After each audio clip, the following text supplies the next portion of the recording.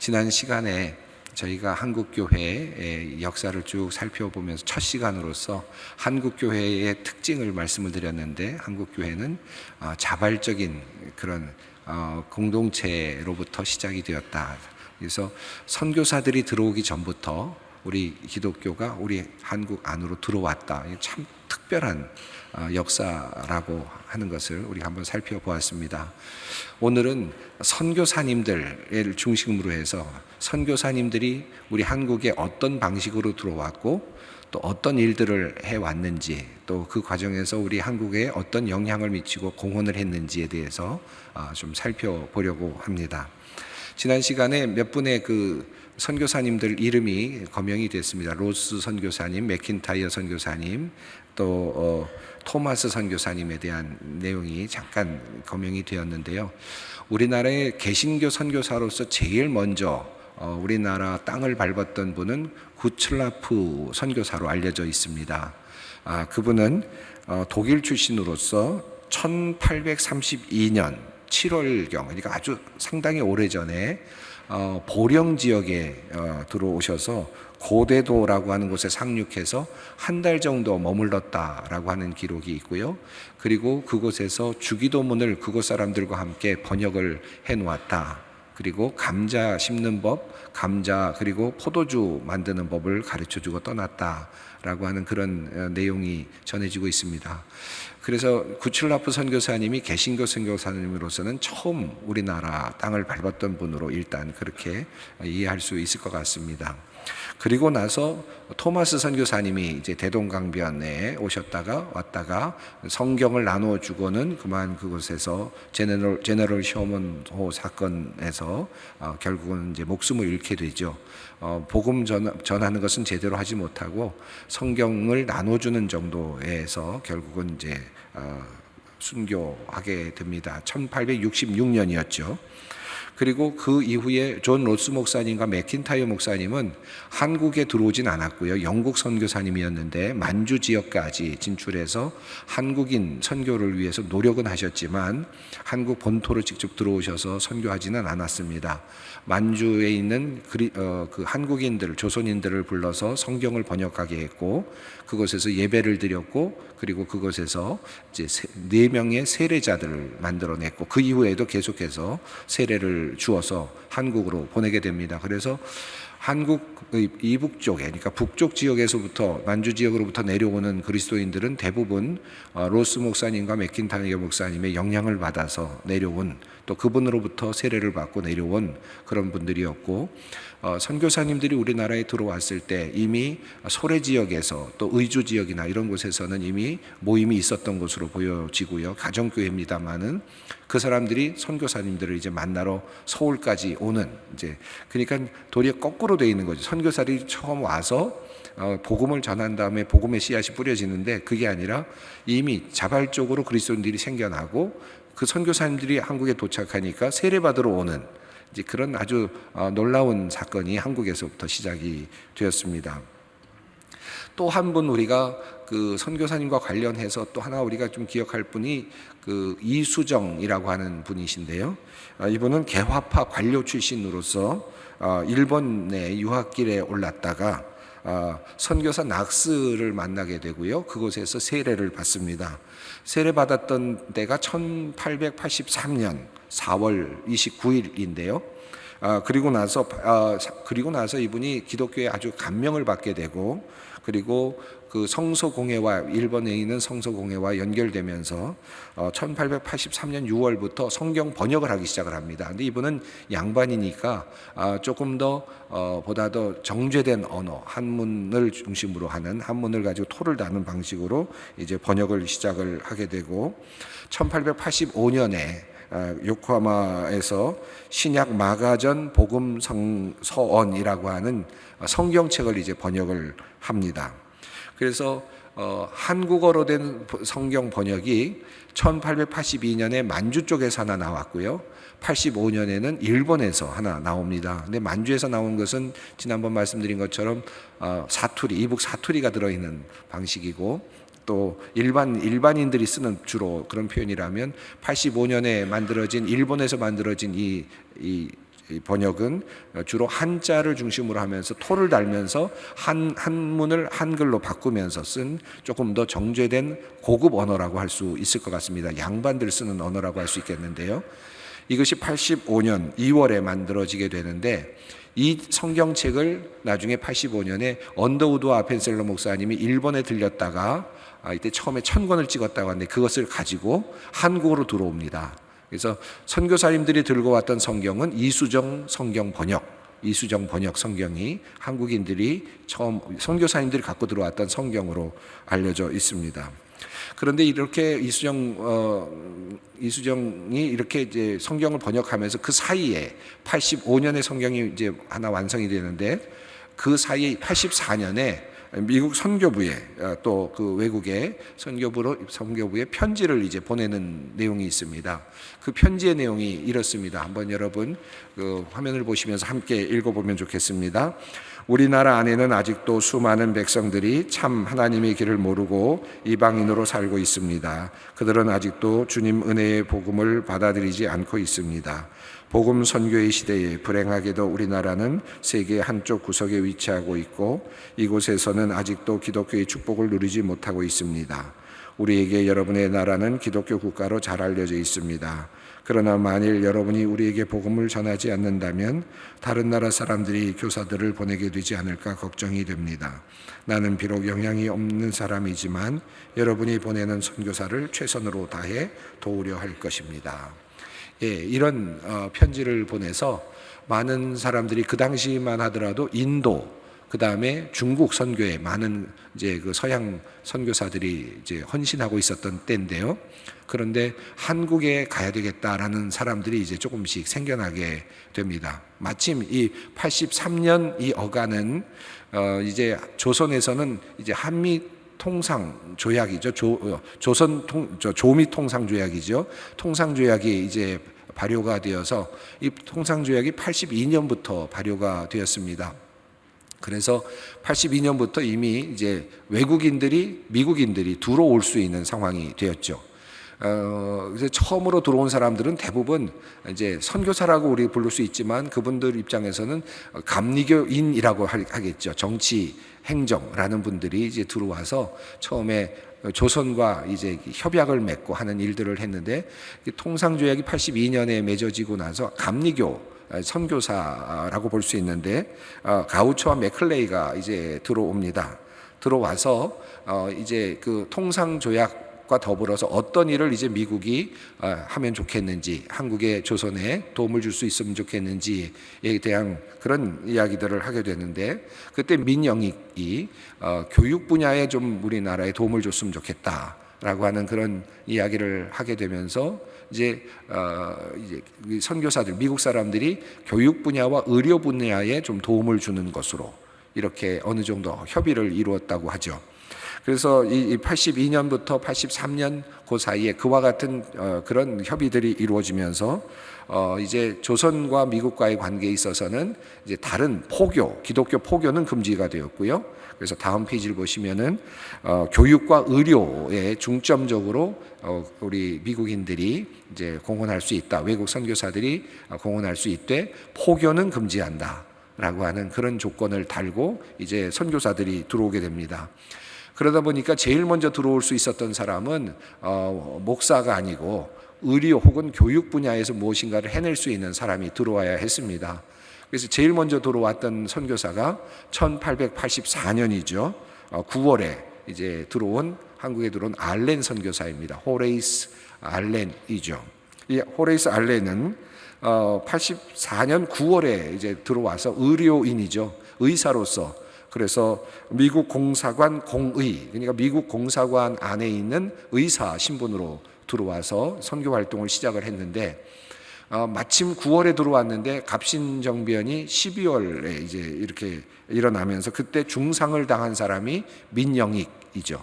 그래서 민영익을 이제 현대의학, 그 당시 현대의학으로 서양의학으로 죽을 정도의 그런 중상을 당한 분을 살려내는 이제 기적적인, 한국으로 본다면, 당시 조선 사람으로 본다면 이건 죽는 건데 살려내는 그런 이제 특별한 이제 일이 일어납니다. 그래서 이제 알렌 선교사는 들어오자마자 정부, 그러니까 그 조선 그 왕으로부터 큰 이제 특혜와 호의를 얻게 되었고, 그리고 이제 그로부터 시작해서 병원 사업이 계속해서 이제 펼쳐져 나가게 됩니다. 이 의학을 배워야 되겠다라고 하는 그런 사람들이 많이 일어나게 되었습니다. 그래서 의학을 어떻게 하면 배우느냐. 그래서 85년부터 이제 광해원이 세워지고, 바로 또 한 두 주 후에는 제중원이라는 이름으로 바뀌어서 이제 세브란스 병원의 전신이 되지 않습니까? 그래서 병원이 이제 설립이 되는데, 병원에 설립이 된 다음에 한국 사람들이 이 병원에서 뭔가 공부를 해야 되겠다. 그래야 이 의학을 배울 수 있지 않느냐. 그런데 영어를 못하니까 한국 사람들이, 조선 사람들이 영어를 배워야 되지 않느냐 라고 해서 영어 배우는 학교를 세워야 되겠다 해서 세워진 학교가, 아펜셀러 목사님이 85년에 들어오셔서 세운 학교가 바로 영어를 배울 수 있는 학교로서 배제학당이 세워졌습니다. 그러니까 배제학당은 영어를 배우게 해서 그 다음에 의학을 배울 수 있게 하는 이제 그런 목적, 그 다음에 서양 교육, 서양의 문물들을 배울 수 있게 하는 그런 의식으로, 그런 의도로 세워졌고, 서양의 모든 평등, 그리고 개인의식, 노동의 존엄, 이런 것들을 같이 추구로 해서 하나의 서양 교육의 하나의 산실이 되었다라고 그렇게 알려져 있죠.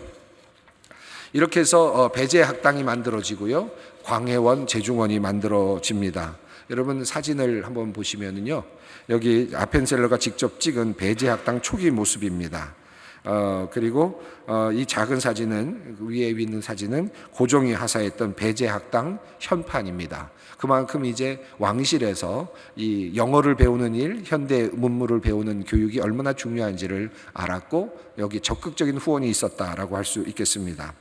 자, 이 보고서를 보면 아펜셀러가 보고한 보고서의 내용을 보면 다음과 같은 내용이 있습니다. 함께 읽겠습니다. 지난 한 해 동안에 2명의 학생이 기독교로 개종했고 현재 우리 교회 예비 교인으로 있다. 이들은 내가 최초로 세례를 준 조선인들이다. 나는 또한 우리 학교에 다니는 일본인 학생들 가운데서 한 명에게 세례를 주었다. 이처럼 개교 첫 해 동안에 하나님의 성령께서 학생들 가운데서 구원 사업을 시작하셨다. 하나님께 모든 찬양을, 유용한 인재는 갈보리에서 돌아가신 주의 피로서 구원받지 않고는 양육될 수 없다. 다른 학생들은 길을 묻고 있는 중이다. 우리의 기도와 심령의 소원은 이 학교를 특별한 영적인 힘이 넘치는 학교로 만드는 것이다. 예, 이 글이 1886년 글입니다. 그러니까 85년에 이제 세워지고, 광해원이 세워지고 제중원이 세워진 다음에 바로 배제학당이 세워진 다음에 이 아펜셀러 목사님이 그 배제학당을 통해서 어떤 목적을 갖고 있었는지를 알 수 있죠. 영혼 구원, 그리고 사람들에게 복음을 전하는 일. 그런데 한국 사람들의 마음은 구원을 얻거나 복음을 받는 것이 아니라 영어를 배우는 일, 서양 문물을 받는 일, 이 목적이 좀 달랐습니다. 그것 때문에 약간의 이제 갈등이 생기긴 하지만, 처음부터 아펜셀러 목사님과 같은 분들은 영혼 구원에 대한 아주 강한 열의가 있었다라고 할 수 있겠습니다. 85년에 언더우드 목사님과 아펜셀러 목사님이 이제 들어오신 다음에 바로 이어서 아펜셀러 목사님이 배제학당을 세우고 이제 그렇게 진행을 해 나갔다면, 언더우드 목사님도 들어오셔서 또 학교를 세웠는데요. 그 서양의 근대 학교, 교육 전수를 목표로 하는 학교로서 고아원 학교를 처음에 설립을 합니다. 근데 이 고아원 학교는 제중원 안에 있었던 썬데이 스쿨에서부터 출발을 합니다. 그러니까 제중원 안에 85년에 제중원이 세워진 다음에 그 안에 썬데이 스쿨, 아이들을 위한 썬데이 스쿨을 만들어지는데요.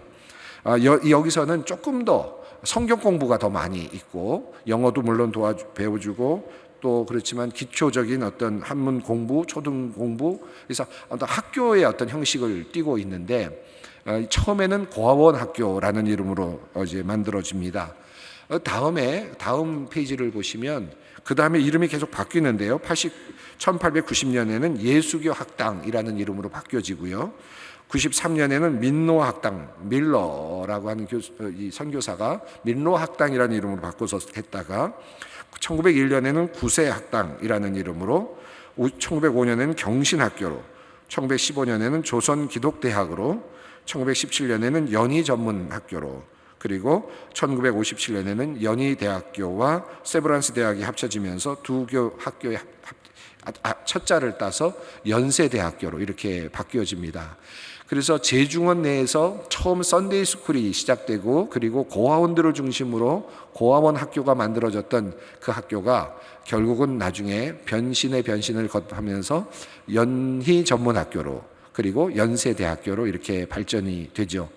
세브란스의 경우에는 이제 광해원에 1884년에 민역이익을 치료한 다음에 광해원이 설립되고 재중원이 설립됐는데, 그리고 재중원의 그 원장이 있었겠죠. 그 원장이 쭉 알레니 하다가 나중에 1893년에 에비슨이라고 하는 북장로교 선교사님이 이제 그 재중원 원장을 맡습니다. 그때 활발하게 그 재중원이 더 발전을 하게 되는데요. 그때 미국의 그 사업가였던 그 세브란스라고 하는 분의 그 지원을 받게 되면서 이제 그 의료원이 아주 일취월장하는 크게 발전하게 됩니다. 그렇게 해서 1904년이 되면 세브란스 의원, 세브란스 병원이 만들어지게 되었습니다.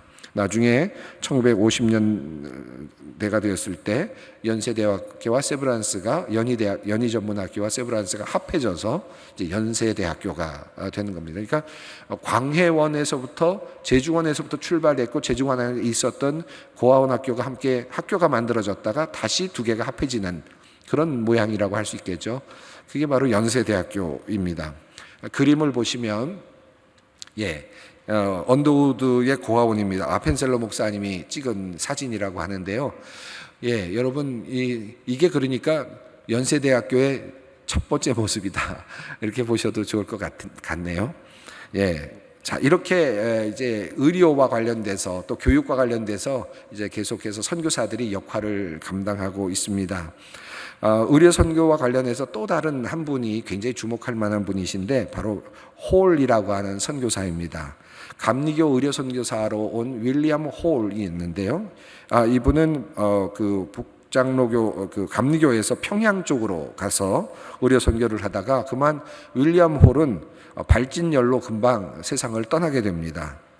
그래서 결국 이제 다시 돌아갔다가 그의 부인, 그러니까 로제타 홀이 다시 남편을 묻었던 것을 생각하고 다시 돌아옵니다. 돌아와서 여성들을 위한 그런 이제 진료소들을 주로 이제 세우면서 이제 활동을 하기 시작을 하는데요. 그래서 우선은 병원을 세우고 또 이제 하나씩 해나가기 시작하는데 1887년에 여관이라고 하는 보구여관이라는 병원이 설립되는데 한국 최초의 여성 전문 병원입니다. 이것을 1921년에 동대문 부인병원이라는 이름으로 바뀌게 되고, 그것이 나중에는 이화여자대학교 부속병원으로 이렇게 이제 흐름이 가는 것 같습니다. 이 부분과 관련해서 이 여성 의사였던 로제타 홀이 이런 일들을 하게 되었고, 거기 원장으로 이렇게 있다가 또 병원을 세우게 되는데 1928년 다음 페이지를 보시면 1928년에 조선 여자 강습소 여자 의학 강습소를 세우게 되고요.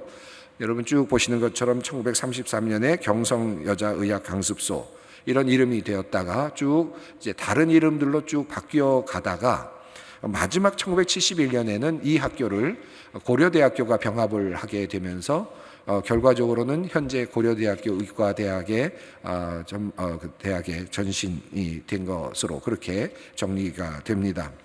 자, 다음 페이지를 보시면 그 윌리엄 홀과 로제타 홀의 사진이 있습니다.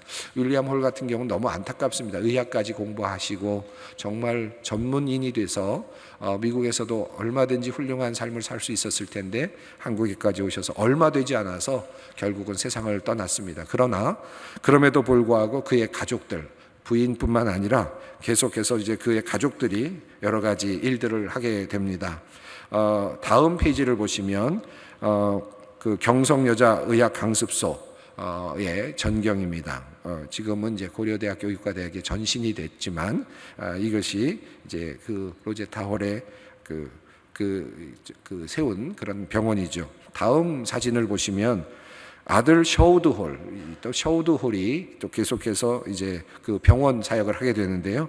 해주에 구세병원을 세우게 되고, 그래서 그 지금 구세병원의 그림이고요, 사진이고, 그리고 이 홀이 크리스마스 씨를 이제 만들어서 한국에서 이제 발행을 하기 시작했습니다. 그래서 결핵 퇴치 운동에 앞장서게 되는데, 이게 다 홀이라고 하는 가문이 했던 큰 일들입니다. 자, 이와 같은 전체적인 흐름을 우리가 쭉 살펴보았는데, 제가 좀 이렇게 압축적으로 말씀을 드렸습니다만은, 조금 정리를 한다면, 초기 선교사들은 처음에는 정치적인 어떤 그런 과정 속에서 조미 통상 조약에 의해서 이제 들어오게 되었고, 그리고 한국이 원하는, 조선이 원했던 의료와 교육 분야에 헌신해 달라고 하는 그런 부탁에 따라서 처음에는 복음 전파는 일단 금지된 상태에서 의료 그리고 교육 사업에 헌신했다라고 하는 것입니다. 특별히 민영익이 이제 죽을 뻔하다가 살아난 이후부터는 의료 사업에 엄청난 그 지원이 있었고, 왕실에서 그것 때문에 많은 의사들이 들어왔고, 또 의사들이 병원들을 세워가면서 한국 사회를 이제 새롭게 이끌어가는 하나의 주축이 되었다. 그래서 한국 사회의 선교사들의 역할이 이제 크게 이제 작용하게 되었고, 왕실에도 좋은 어떤 이미지를 가지고 기독교가 자리를 잡게 되었다라고 할 수 있습니다. 하지만 이 평가를 해보면, 당시에 이건 제 평가가 아니라 선교사님들의 평가입니다. 평가는 의료와 교육을 중심으로 한 선교사들의 이 전략은 조선의 근대 문명을 발현시키는 데 크게 의미가 있었습니다. 그러나 그들의 기대만큼, 선교사님들의 기대만큼 내면의 근제를 흔드는 영적 개심자들, 회심자들을 만들어내지는 못했다라는 것이죠. 그래서 조선에 뛰어든 선교사들에게 의료나 교육은 복음 실천의 방편이지 그 자체가 선교는 아니었던 것입니다. 그래서 선교사들은 조금 초조한 마음들이 있었던 것 같습니다. 이 복음을 전해야 되는데 의료와 교육만 하고 있는 것이 굉장히 마음에 불편했던 것 같습니다. 그 심경을 의료 선교에 했던 해론이 이렇게 말하고 있습니다. 함께 읽어보겠습니다. 나는 위대하신 예수님에 대하여 말하는 것이 나의 사명이요 선교란 것을 잊을 수 없다. 내가 의술을 베푸는 것 자체가 선교가 아니다. 나는 우리 구세주께서 이 많은 백성들을 위하여 돌아가신 말을 하고 그 구원의 길을 선포하고 싶다. 진리와 구원의 소식을 외치고 싶다. 예, 그러니까 의료 선교사들이 이 땅에 들어와서 얼마나 복음을 전하고 싶었을까, 얼마나 복음을 설명하고 싶었을까. 그런데 그걸 하지 못하는 안타까운 마음이 이렇게 녹아 있는 것을 보게 됩니다. 그러니까 의료 선교라는 것이 뭘까? 의료 선교가 우선적으로 의료 선교를 하러 들어왔던 우리 한국의 선교사들은 의료 선교는 복음의 실천 방안이다. 그러나 그 복음 전도는 복음을 내가 직접 그들에게 전하는 데 있다. 내가 그걸 해야만 되는데 아직 그걸 하지 못하는 것이 너무나 안타깝다라고 하는 그런 이야기를 한 것입니다. 그러니까 복음의 실천 방안이라는 게 뭡니까? 의료를 통해서 사람들의 마음이 열리게 되고, 또 그 의사에 대해서 마음이 열리고 신뢰가 되게 되면, 그런 신뢰와 그런 어떤 그 사랑을 바탕으로 해서 그들이 정말 전하고 싶었던 복음을 그들의 입에 넣어주는 것, 그들의 마음에 넣어주는 것, 그것이 바로 진정한 의료 선교다. 그들은 그렇게 초기의 의료 선교사들은 그렇게 의료 선교를 생각했었다라고 그렇게 우리가 정의할 수 있겠습니다. 자, 이쯤에서 그러면 한 가지 이제 궁금한 것이 있는데요. 선교사들은 그러면 복음 전파는 안 했는가? 아니죠. 의료 선교를 하면서 끊임없이 복음 전파를 할 기회들을 열심히 찾았습니다.